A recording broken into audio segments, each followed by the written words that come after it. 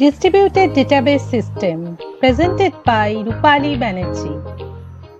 So today we will learn top-down design method and bottom-up design method of distributed database. Now we are going to study following topics.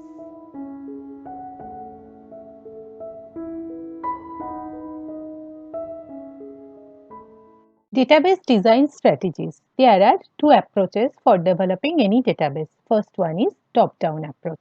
In case of top-down approach, the top-down approach used to create a new database. Here, design methods start from the general and then moves to the specific. First, you start with a general idea of what is needed for the system and then work your way down to more specific details of how the system will interact. Then you model the object at logical level. Then you apply the objects to a physical database design. For example, a relational database would need the objects to be mapped to a table. So, there are two objects, person and publications. So, relational database need the objects to be mapped to a table. This process involves the identification of different entity types and the definition of each entity's attribute. So, the different entity types means here two entities are there, person and publications, and their attributes. For person it is ID, name, age, and for publication it is ID and name. So, in case of top-down design method, first from conceptual level, first identify the entity type and then define its attributes. So, this is top-down design approach. Just the opposite is bottom-up design approach. In this case, it begins with the specific details and moves to the general. This is done by first identifying the data elements, that is item, and then grouping together in the data set. In other words, this method identifies first the attributes and then group them to the entities. A bottom-up approach is used to migrate database from one physical database to another. Migration of database means what? Means for migration from Oracle to SQL Server, two different software. So it requires some changes as the column data types are not completely compatible because they are two different software. So it requires some changes because the data type are not same. So you have to create table based on existing table. In case of distributed database design, these two approaches are also required. So first one is top-down approach. In case of top-down approach, we have a database. How to split and allocate to individual sites start by designing the global schema. And we proceed by designing the fragmentation schema. That is, we proceed by designing the fragmentation of the database and then allocating the fragment to different sites. So, we need allocation schema. So, and then allocating the fragment to the site, creating the physical images. So, this approach is suitable for systems which are developed from the scratch. So, what are the issues? Issues are we need fragmentation and allocation. Bottom-up design approach. In case of bottom-up design approach, here first combine existing databases. Bottom-up design approach describes how to deal with heterogeneity and autonomy. What is heterogeneity? Means different sites has different database software. And what is autonomy? Autonomy means each site has its own local control on its database. So, the selection of a common database model for describing the global schema of the database is the main target for this approach. So, we need translation of each local schema into the common global data model. That is the integration of local schema into common global schema. So, what are the issues? Issues are design of the export and global schemas. Classical model of top-down DDBMS architecture.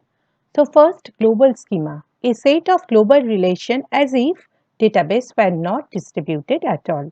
So the whole schema is here. Now, fragmentation schema. So first, global schema is fragmented. So global relation is split into non-overlapping logical fragments. What is the ratio? It may be 1:n. So we can say that relation R, if the relation is R, then the fragment is Ri. Then allocation schema. In case of allocation schema, 1:1 or 1:n mapping is needed from fragments to site. Why 1:1?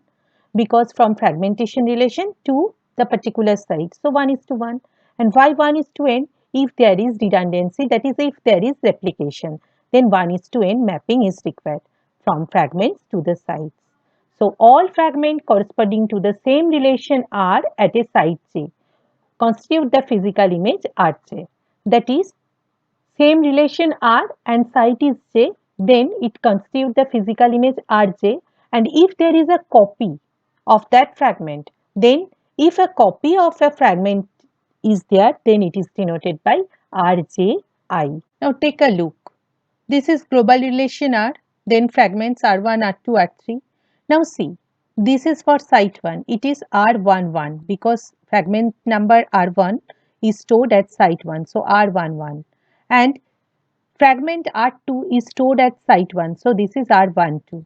In this way, we can give the physical images.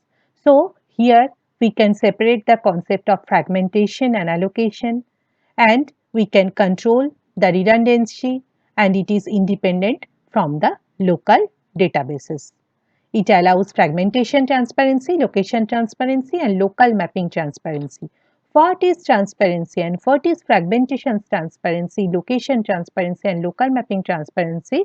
We will learn in next video. Types of question comes in your university exam.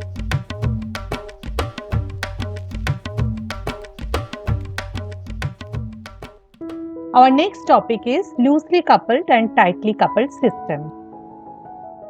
A distributed system is a collection of independent computers that appears to its user as a single coherent system. We already learned that. So what is loosely coupled and tightly coupled system concept? First, tightly coupled system. A tightly coupled system is a concept of a system design and computing where every hardware and software components that are linked together in such a manner that each component is dependent upon each other. So here each component is dependent upon each other, that is tightly coupled system. Key point here to be noticed is it shares the common memory across the CPUs. See, communication will be established using shared memory. But in case of loosely coupled system, here every module is somewhat independent of each other. And also here hardware software may interact, but they are not dependent on each other. So which concept is followed by distributed database system? Think.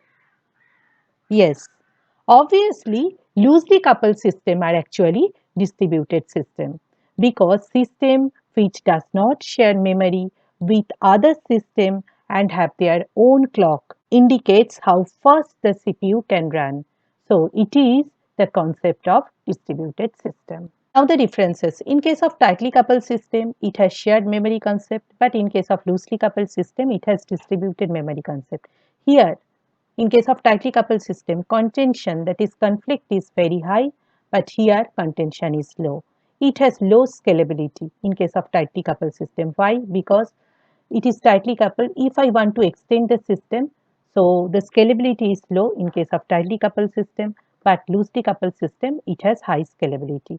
Here, it has low delay. In case of loosely coupled system, it has high delay. Data rate in tightly coupled system is high. Data rate in loosely coupled system is low. Cost of tightly coupled system is high. Cost of loosely coupled system is low. In case of tightly coupled system, it operates on single operating system, but loosely coupled system operates on multiple operating system. Throughput, that is an amount of work, etc., done in a particular period of time. In case of tightly coupled system, it is high, but in case of loosely coupled system, throughput is low. Security. Security is high in case of tightly coupled system, but security is low in case of loosely coupled system. Here, in case of tightly coupled system, low space in this architecture and high space in this architecture in case of loosely coupled system. Types of questions comes in your university exam. For getting more and more updates, please like, share and subscribe my channel. That's all for today. Thank you.